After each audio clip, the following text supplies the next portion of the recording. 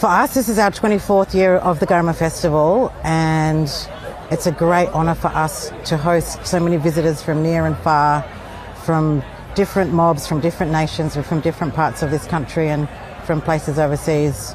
It's an opportunity for people to slow down and to find the stillness in the magic of this beautiful place here at Kulkula, to hopefully refine or retune or even open up their eyes and their lenses to not just Yolngu excellence, but also the power and the incredible space that we as Indigenous people in this country have in this nation. It's so important, the point you make about slowing down and finding the time and the space to have that consideration, those conversations. There is a theme, Mayatili, this year around fire, strength, renewal. What does that say to you?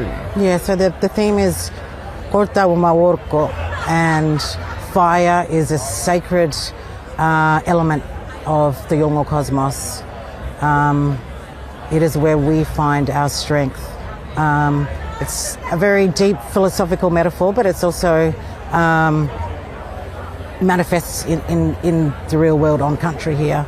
We have seasonal burning every year where we burn country when the time is right and the wind's blowing the right way. And there's many seed pods and different plants on country that only open once the fire has come through. But after the fire comes the rain. So fire is strength and power, but it is also cleansing.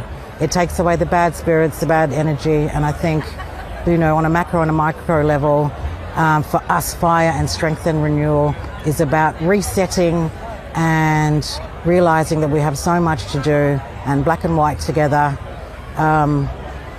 we can make this nation a really, really great place. Is that sense of fire, of renewal, a metaphor for how many Aboriginal and Torres Strait Islander Australians are navigating post-referendum last year? Absolutely. I think it was a very interesting time in the history of this nation since we federated, and Australia spoke, and Australia decided that this was not the right time for constitutional reform.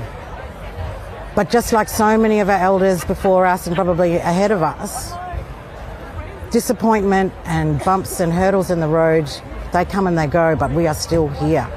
And it's what we do in spite of that, not because of it, is where we need to be, We can't change the past, we can't change the referendum result. And yes, there was heartbreak and despair and a visceral kind of sense of rejection, on a national large scale.